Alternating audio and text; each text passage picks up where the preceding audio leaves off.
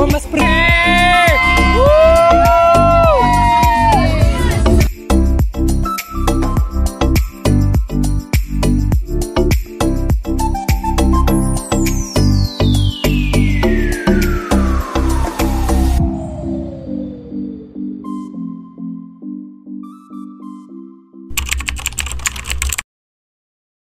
Hello guys, welcome back to another episode of my vlog here in La Union. So ito yung stone art dito sa Bato de Luna. Ang Bato de Luna ay isang art gallery na matatagpuan dito sa Luna, La Union. So ang may-ari po ng stone sculpture na to is Mr. Bong Kim-man, isa pong Korean stone sculpture.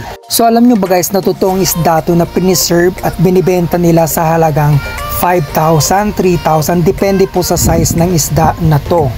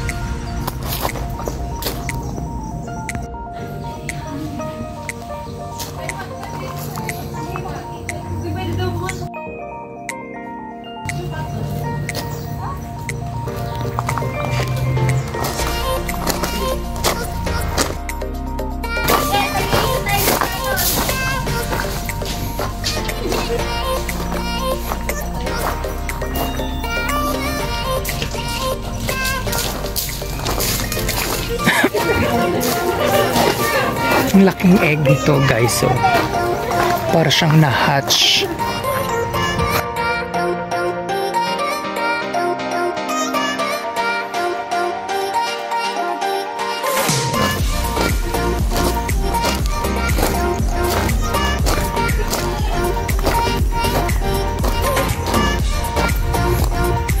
Ang cute na mga stone artwork dito guys.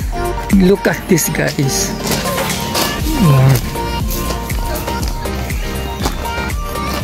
The famous guys.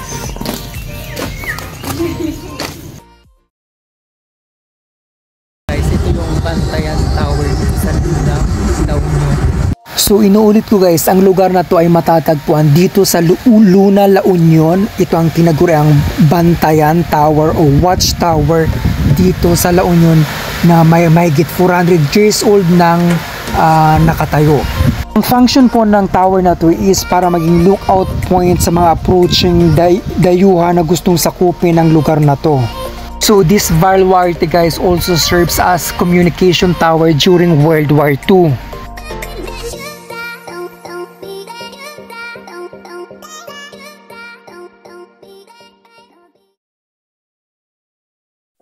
They said to be this is the oldest church in town of Baluarte here in La Union. So inuulit ko guys, this is one of the oldest church here in La Union, located in Luna, St. Catherine of Alexandria Parish. The shrine of Our Lady of Namakpakan is the Luna's cultural treasure. The architecture of the church is simple with a beautiful interiors. It has the miraculous Our Lady Apo Bucket of Namakpakan, which was the title given to the Blessed Virgin Mary.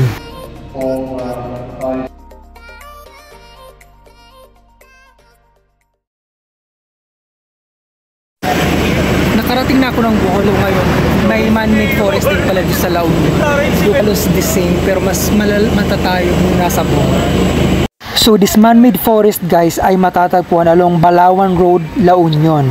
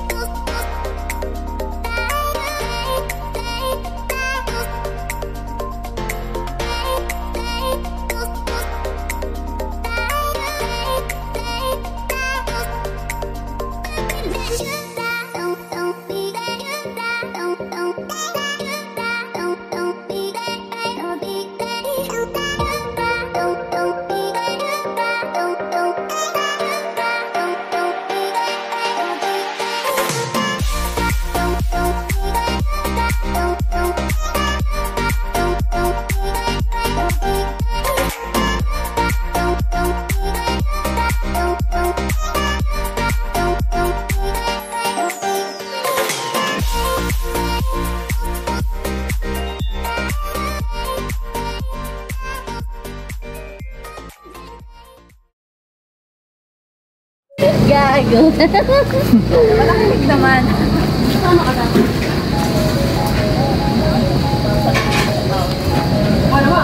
So anyway guys, ito pala yung Kabsat restaurant na matatagpuan dito sa La Union. Isa sa pinakasikat at hype na resto bar dito sa San Juan, La Union. So habang kumakain kami guys, nakita namin yung sunset, napaka-dramatic at napakagandang pagmasal niya dito sa lugar ng La Union.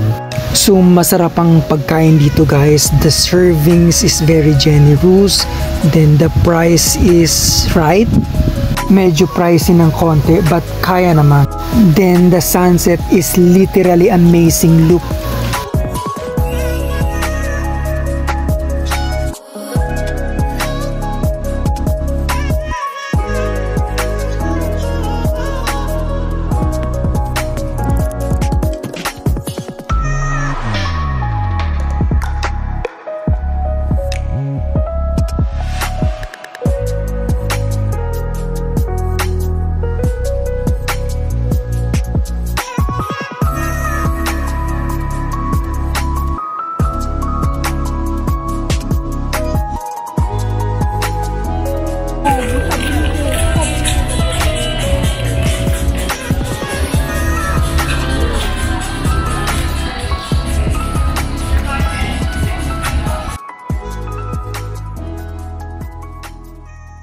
A few moments later.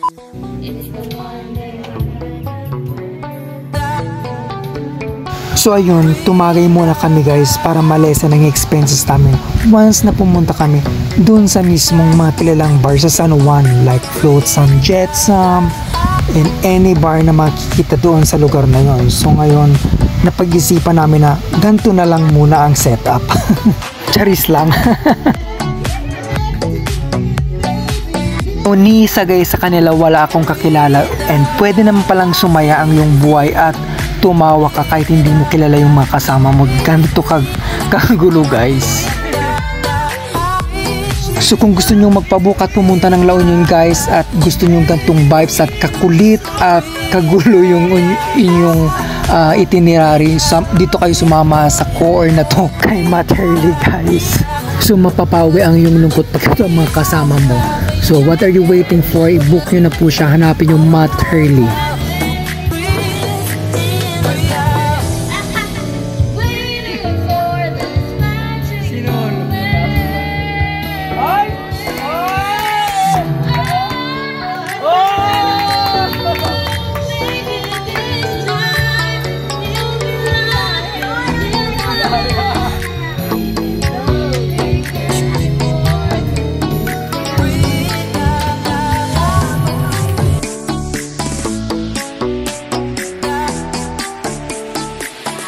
So ganito sila kagulo guys, kaya ang saya nila kasama.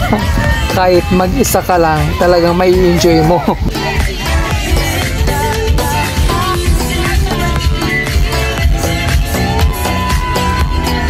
So ayun guys, so prepare na po ang lahat para sa bar hopping. So ngayon, nagpi-prepare na. Tingnan nyo guys, mukhang well prepared na talaga ang lahat.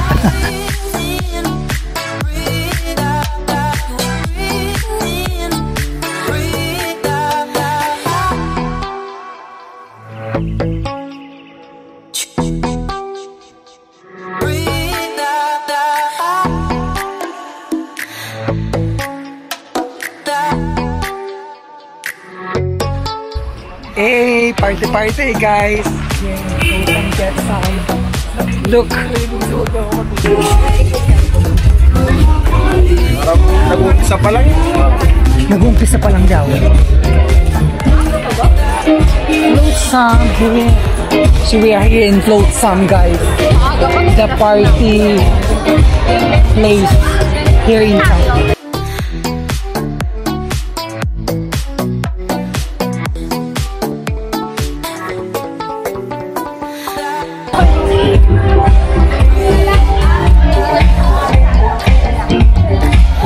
Or mas prefer nyo ganon kumpara dito sa side, ganon na settings, ganon na lang mo. Oo, ano, ganon na lang. Mas maganda ka rin para dito. Sa inyo, medyo mas nakaupo lang. Kasi malamang pag nakaupo ganun. Ganun. O, dito lang tayo. Doon sa gitna, para sa namin. Para mas mahaba. So alas 9 na guys, hindi mag-uumpisa yung party dito. Kaya medyo na-bored yung kasama ko. Kaya lumipat kami ng ibang place. Sumakay ulit kami ng tricycle. Hindi ko alam kung saan sila pupunta. So may nahanap siguro silang iba.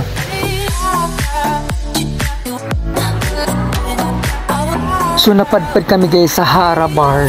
Yun nga lang, kami lang ata yung magbubukas at bisita dito sa place na to. Kaya parang ayaw din nila. Kaya ayun, ewan ko ba kung magugustuhan nila to.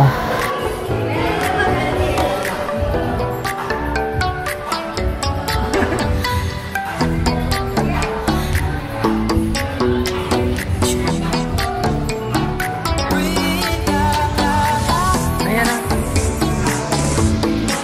So ibig sabihin, wala pa silang visitors, tayo pa lang. At ibig sabihin tayo pa lang visitors. Baka may VIP sila rito.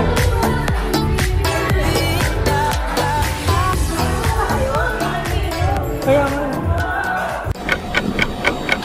napadpad kami dito after Ara na after both Sam, tapos napunta kami ng Ara, tapos walang tao, tapos bumaba kami dito sa place na to, sa seashore. So eto guys, ang napunta namin, kakaiba diba? This is amazing guys. Napunta kami sa shoreline, hindi namin wala kaming kaalam-alam.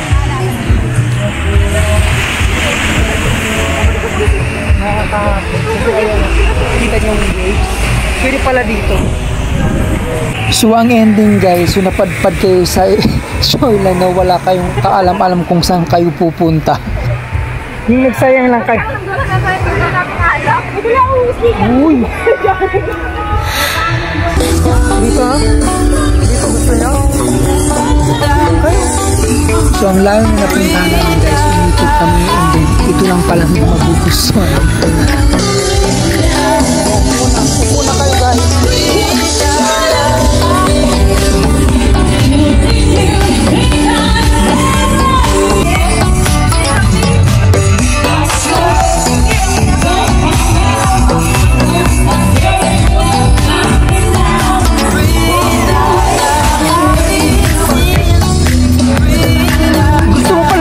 May live session.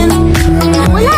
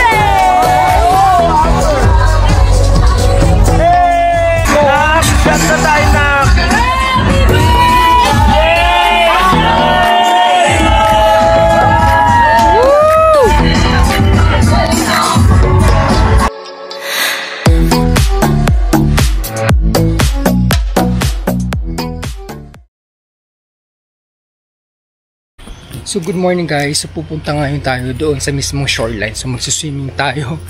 Ka-excite naman. So ang dami natin pwedeng puntahan ngayon. Kahit napakaaga pa. Naantok pa ako guys, pero pinurusig ko yung sarili ko para mag-swimming. So medyo malayo yung ano namin guys sa shoreline. Pinagstayan. So ayan, lalabas pa tayo ng highway. Tapos magta-tricycle tayo papuntang doon malapit sa ano, sa may float sand, jet sand. Sa mismong sinasurfan, sa mismong beach pala. So yun guys, magta-tricycle tayo papunta mismo dun sa ano.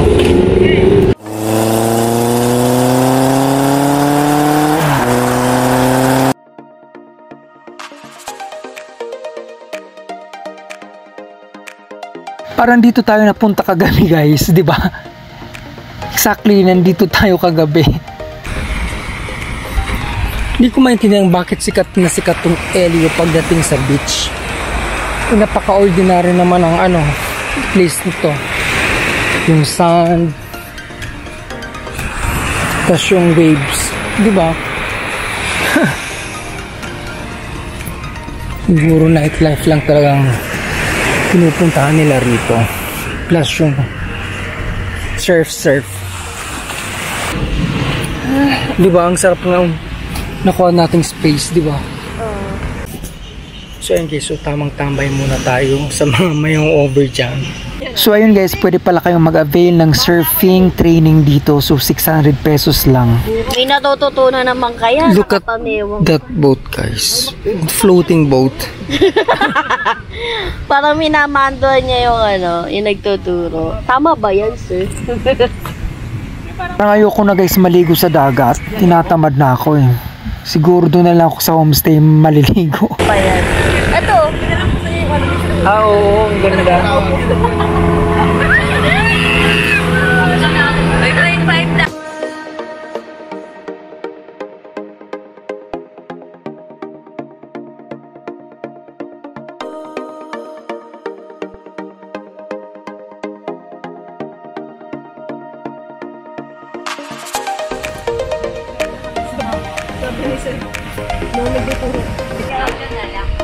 Bye guys. Bye.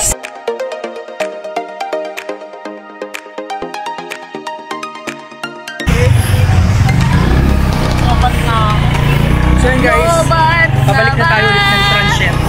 Ang pag-ibig mo.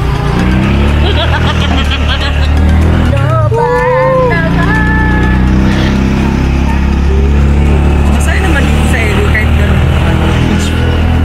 Diba? Oo.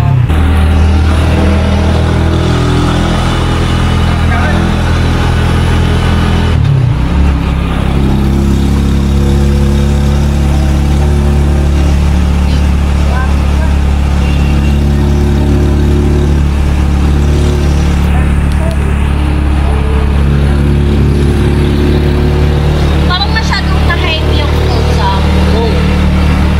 Pero siguro kasi hindi nga tayo weekend. Baka masaya naman talaga pag weekend. Kasi sikat na sikat siya sa lahat ng... A few moments later. So our next stop guys is itong Machu Temple, also known as the Taoist Temple, na makikita dito sa San Fernando, La Union.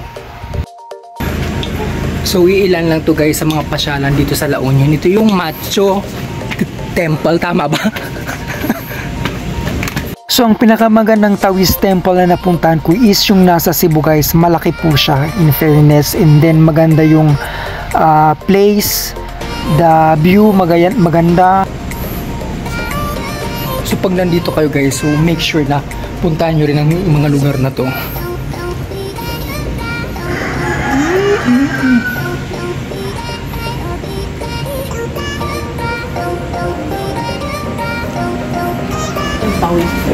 Taoist.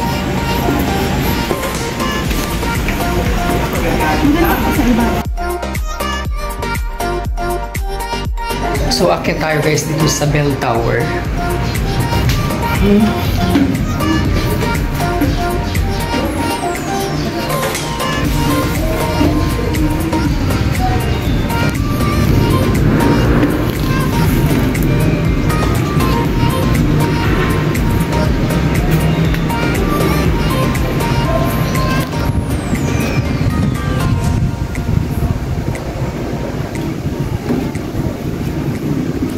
Yun lang.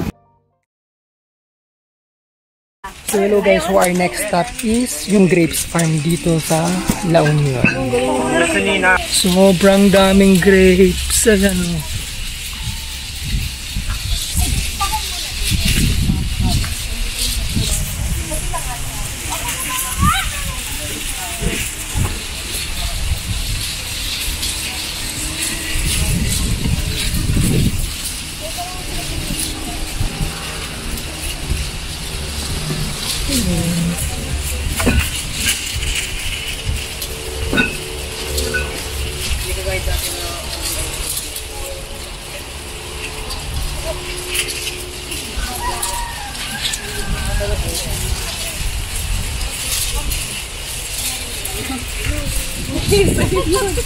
Alam mo na sa ano?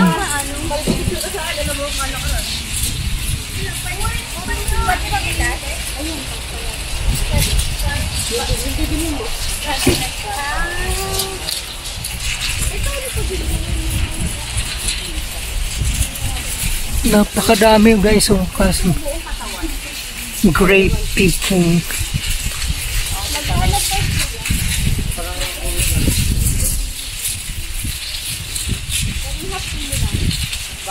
Half tayo dun sa mo. Siguro pag nilagyan mo yung mulberry nito, mawawala din yung mga langaw. Bakit? Pang ano ba yan? Pang tabon? Mga langaw daw. Hindi doon ka na kaya sa ang daming langaw ng mulberry nila.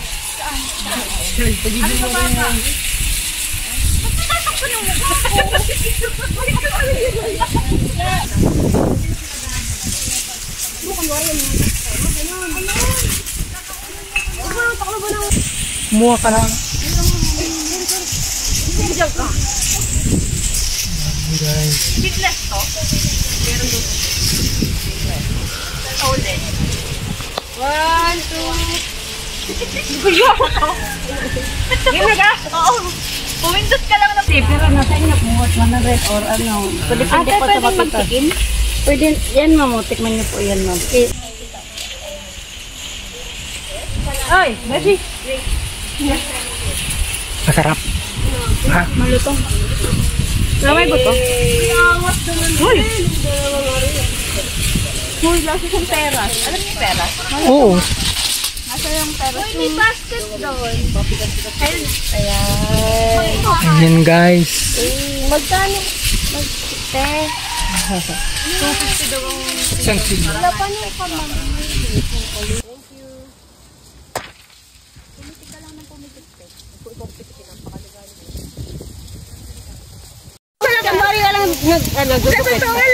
Hayaan mo lang. Yan.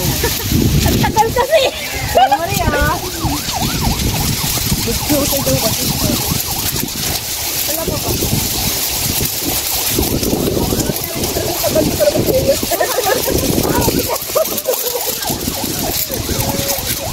Napakadaming grapes guys. Hindi mo alam kung alin ang pipitisin mo sa sobrang dami. So ayun lang guys, so sana nag-enjoy na naman ko sa isa na namang episode dito sa Norte. So hindi ko akalaing marami rin palang pwedeng puntahan dito sa lugar ng La Union. So thank you so much for watching.